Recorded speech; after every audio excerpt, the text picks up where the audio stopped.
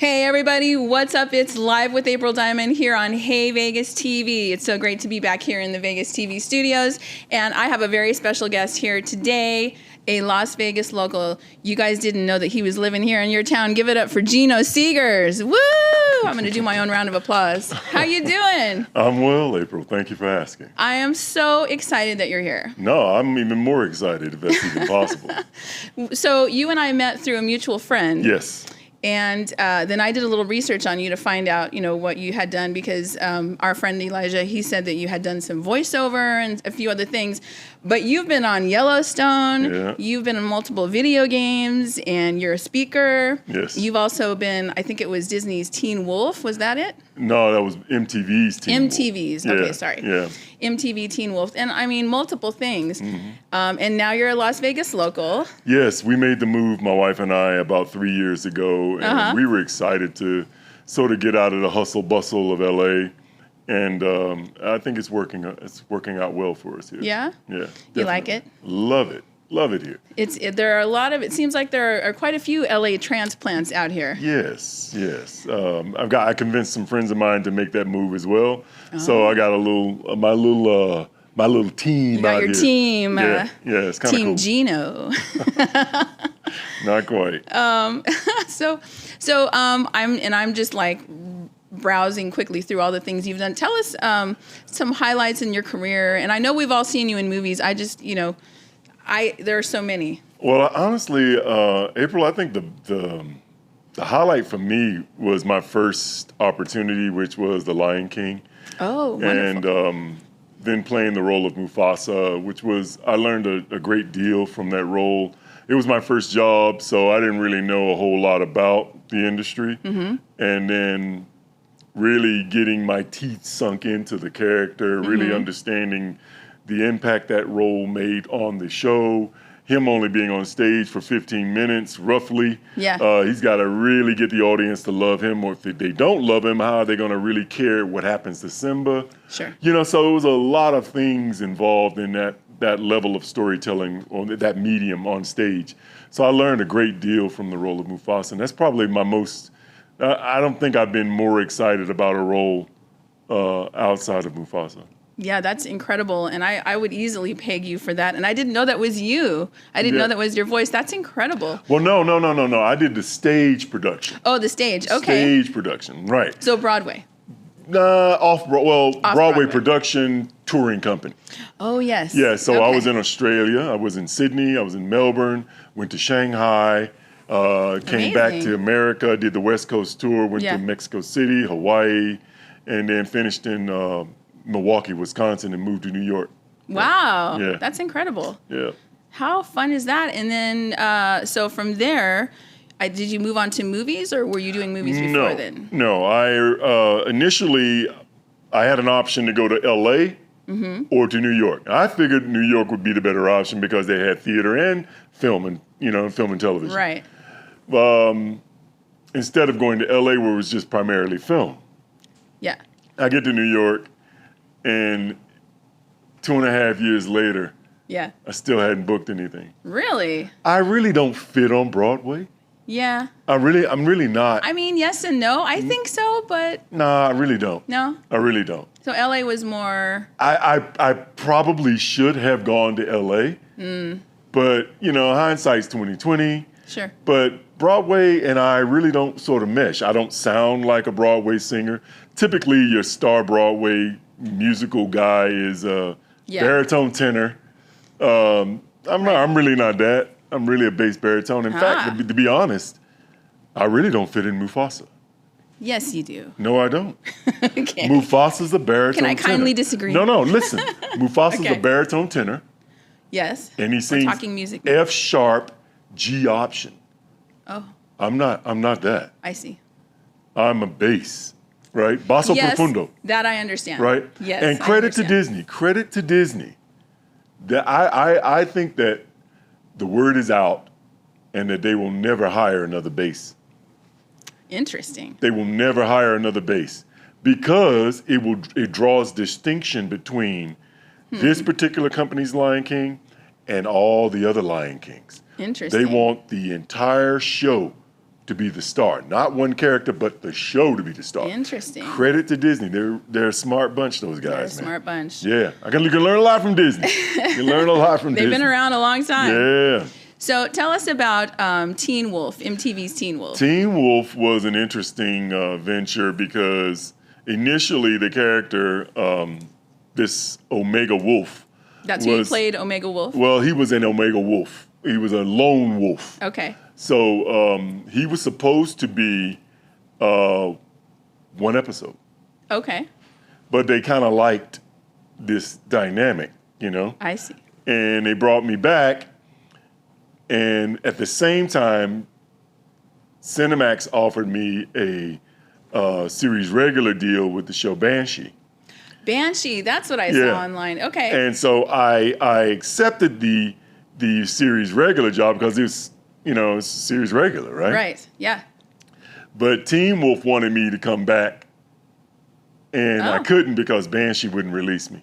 You're so popular. At that time. Yeah, but that's incredible. But it just, I don't know. I enjoyed Banshee, don't get me wrong, but I really did enjoy Teen Wolf. Nice. I really had a great time with That was Teen a Wolf. really popular show. Oh, man. They made me my own teeth, and wow. dude, I was excited about. Did you get to keep the teeth? No, of course not. No, of course not. That's amazing. That's incredible.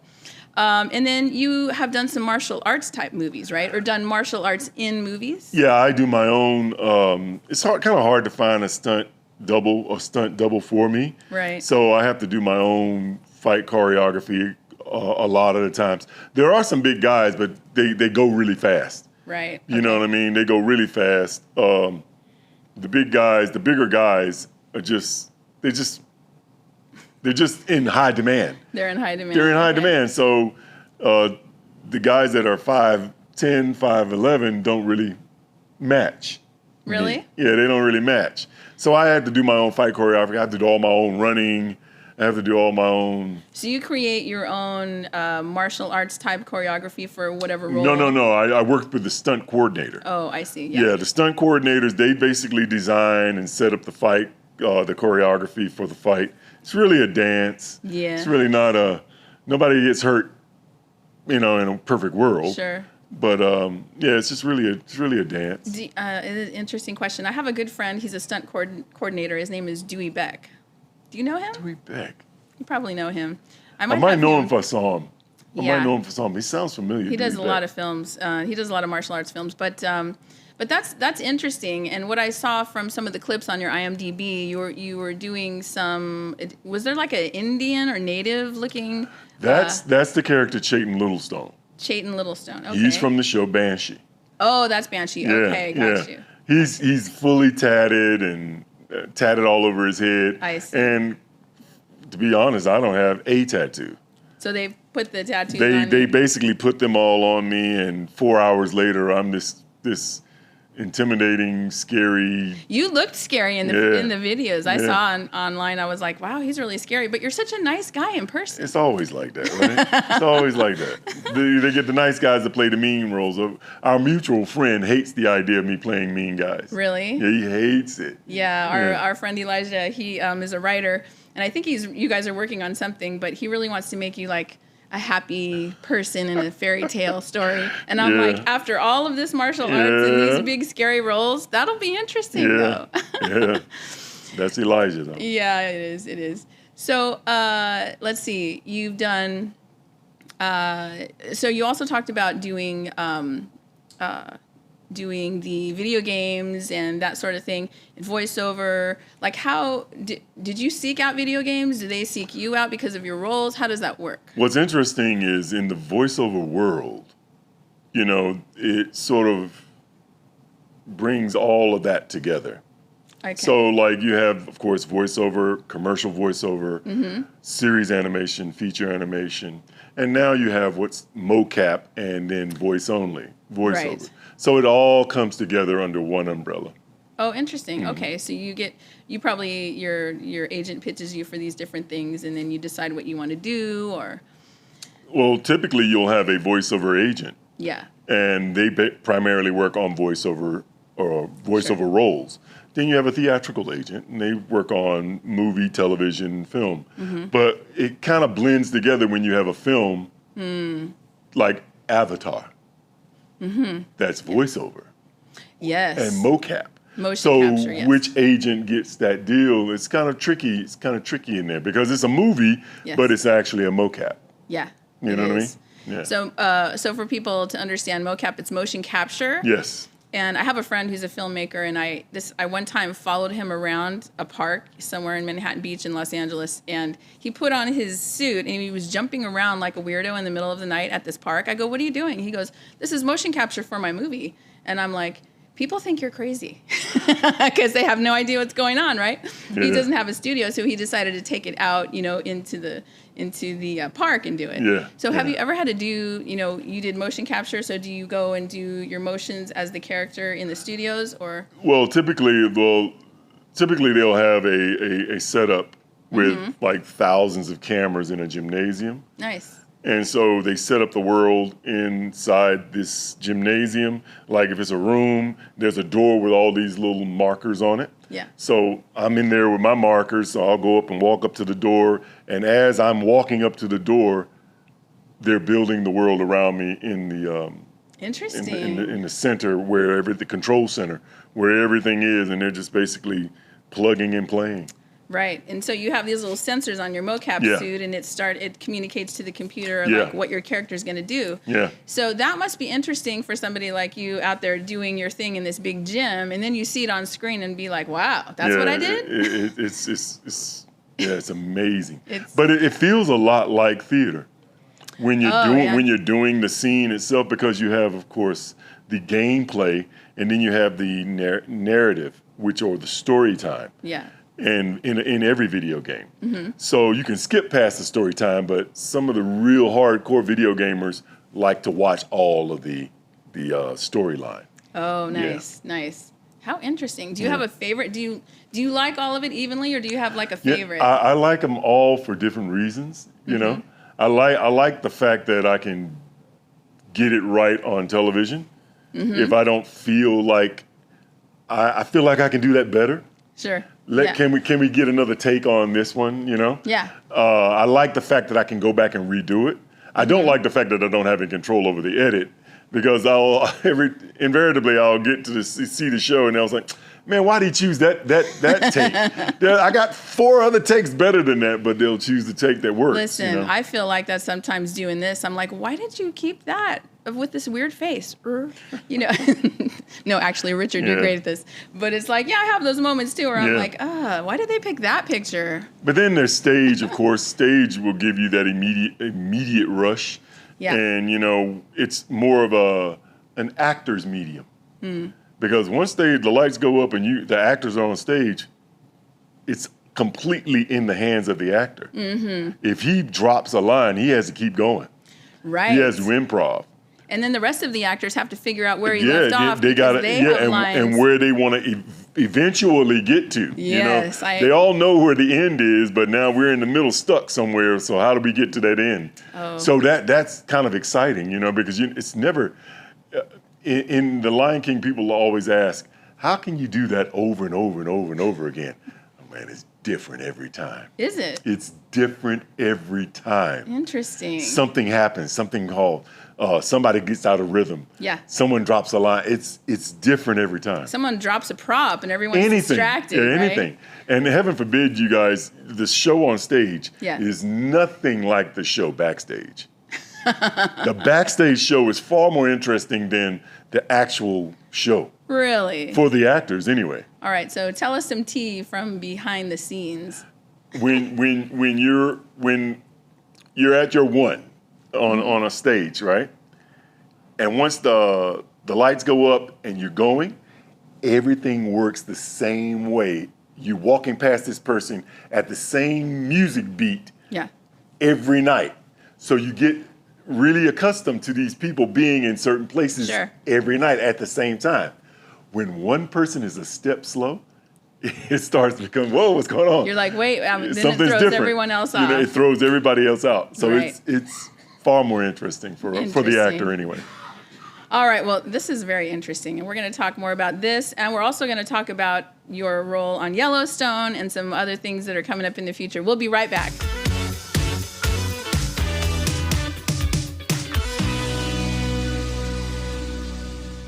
Hey Vegas! Celebrate every day in style at the Composer's Room. From live music to comedy shows, we've got entertainment that'll give you that Las Vegas vibe. Our tavern serves the best drinks in Vegas. Whether you're a cocktail connoisseur or a beer buff, our bartenders got you covered. And let's not forget about the food. Our culinary delights are sure to tantalize your taste buds. Come for the entertainment and stay for the food. Reserve your visit to the Composer's Room today and start celebrating Las Vegas our way.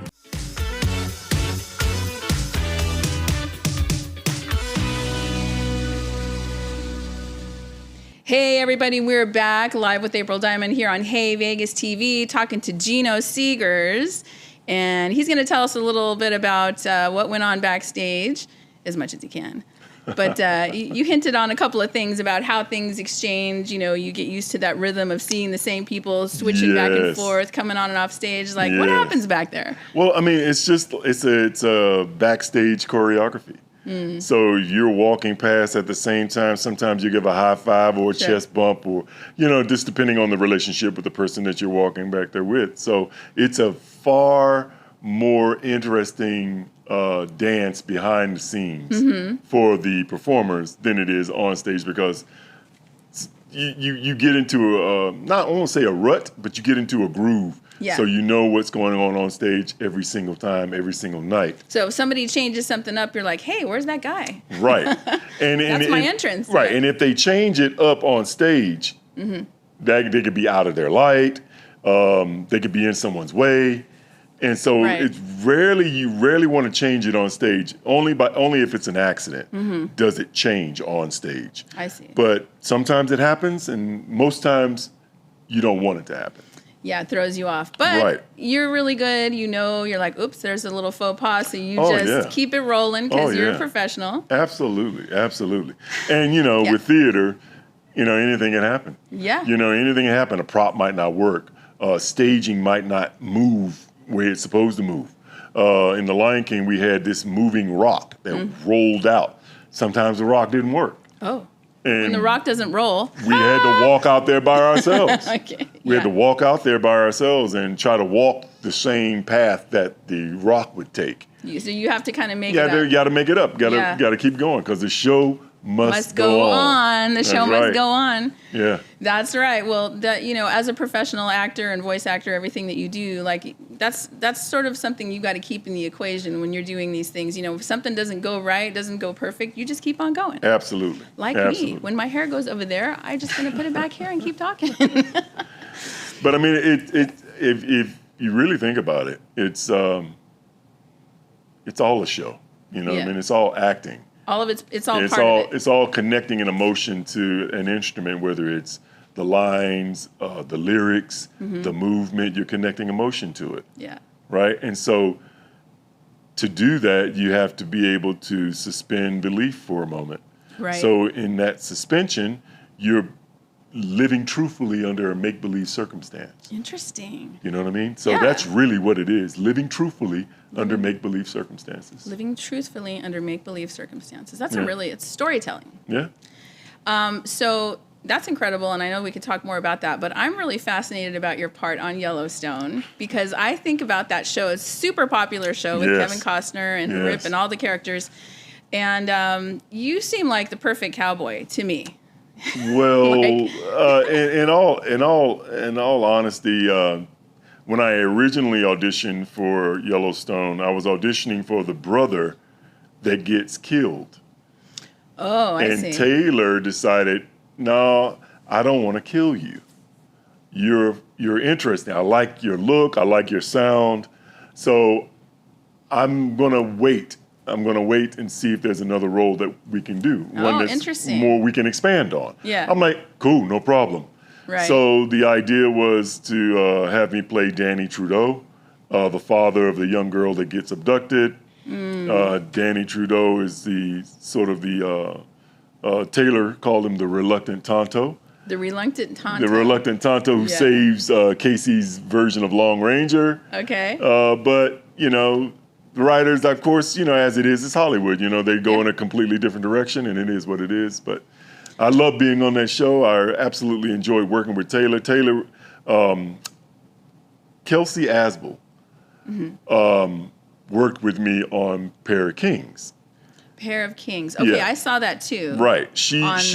On Disney. Right. She worked with me on Pair of Kings as my daughter, and we went out to dinner before we were shooting the next day, and she warned me. She says, "Listen, Taylor is very fast.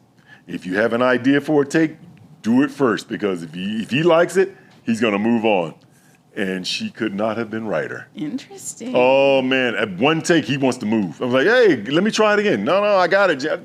One more time. He wants to move. And once he's got what in his vision, once he's got what he wants, he's moving on. He's not playing around. Interesting. No, he's not playing around. Yeah. Yeah, I love that about him, though, you know? Yeah, that's a challenge. Like, you want to meet the standard, right? You want to like get to that point where you're like, okay, yeah, I can do that. Yeah. And that's easy. Like, you know that. So you went in there and you gave him that scene. You gave him that that whole first time. First time, but then if I wanted to try something different, I tried my favorite idea. I would try it first, and then he would, you know, we'd 1-2 takes, and it was over. Nice. He wasn't, this is the fastest director I've ever worked with. Interesting. Well, at least he keeps it moving. Oh, moving. And I think we should have you back, but have you back with the cowboy hat and the whole thing. And I'm pretty sure Yellowstone will be calling you back. But I think that is over. That TV show is over. I'm not sure. Or are they doing another season? Yeah. I'm not sure. They might be getting another season, but I don't know that Danny will come back. I don't know. I hope so. He should come back. Yeah, bring Danny back. I'll Danny back. Yeah, I'll be some T-shirts and hats saying "Bring Danny back." Yeah, I like that. We'll start the hashtag "Bring Danny back." And you got your big 10-gallon hat at home or something? I'll find me one. Oh yeah. Well, this is Vegas. There's all kinds of cowboy hats, all kinds of hats. Yes. Yeah. So what is next for you in our last few seconds here? What's next for you? Well, I'm looking forward to working more in motion capture. Oh, nice. I'm really working out hard and trying to work on my flexibility so that I can offer more to the role of a motion capture, because I really do enjoy mocap. I went to Serbia a few years ago to do a scan on my face. Oh, interesting. For the role of Hikaru in Horizon Forbidden West, and I really sort of got, you know, kind of addicted to the whole process. I really enjoy doing mocap. So I'm working with my team now to try to get me into more motion capture. But, you know, the whole, you know, SAG-AFTRA strike with voiceover and mocap and all of that, video gamers. Right, and the gaming thing. Yeah, so fingers crossed. Yeah, fingers crossed that'll come to a close and we can come to terms and move forward and get to work. Yeah. Well, there's so much more to talk about in the video gaming stuff that you were telling me about, because he does a lot of that. But we'll have you back again soon here. And it's been a pleasure talking with you, Gino. Gino Segars, everybody. You can Google him. You can IMDb. You'll see all the things he's done. Check out his movies. And maybe one day we'll see you in Yellowstone. I hope. Fingers crossed. Thank you, Gino, for being with us. I really appreciate it. Thank you, beautiful. You're the best. Bye-bye now. Thanks for watching, you guys. It's Live with April Diamond here on Hey Vegas TV, and we will see you next time. Thanks for watching.